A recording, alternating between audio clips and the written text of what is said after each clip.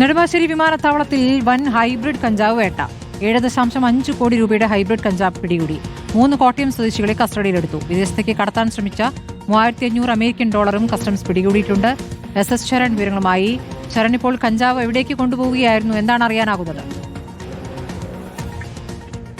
സ്മൃതി, air Arabia വിമാനത്തിൽ അബുദാബിയിൽ നിന്ന് എത്തിച്ച ഹൈബ്രിഡ് കഞ്ചാവാണ് പിടികൂടിയിരിക്കുന്നത്. സമീപകാലത്ത് നെടുമ്പാശ്ശേരി വിമാനത്താവളത്തിലൂടെ ഹൈബ്രിഡ് കഞ്ചാവിന്റെ കടത്ത് വർദ്ധിച്ചു വന്നിരുന്നതാണ്. അങ്ങനെ വലിയ പരിശോധനകളിലേക്ക് DRA കടന്നിരുന്നു. അങ്ങനെ പരിശോധന നടത്തുന്നതിനിടയിലാണ് ഇന്ന് പുലർച്ചെ എയർ അറേബ്യ വിമാനത്തിൽ അബുദാബിയിൽ നിന്ന് എത്തിച്ച ഹൈബ്രിഡ് കഞ്ചാവ് പിടികൂടിയിരിക്കുന്നത്. 7.5 കോടി കൂടെ ഹൈബ്രിഡ് കഞ്ചാവാണ് DRA പിടിച്ചെടുത്തത്. 3 കോട്ടയം സ്വദേശികളെയാണ് ഇതുമായി ബന്ധപ്പെട്ട് കസ്റ്റഡിയിൽ എടുത്തിരിക്കുന്നത്. ഈ 3 പേരും ചേർന്നാണ് ഇത്തരത്തിൽ ഇത്ര വലിയ തോതിൽ, അതായത് 7.5 ഹൈബ്രിഡ് കഞ്ചാവ്, കോടിയുടെ ഹൈബ്രിഡ് കഞ്ചാവ് എത്തിച്ചിരിക്കുന്നത്.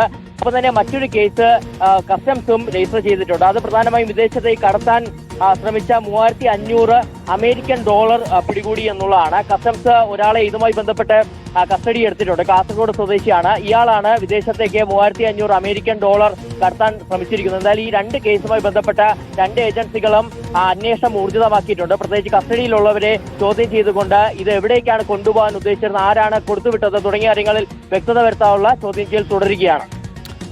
ശരി, 7.5 കോടിയുടെ കഞ്ചാവാണ്, ഹൈബ്രിഡ് കഞ്ചാവാണ് ഇപ്പോൾ പിടികൂടിയത്.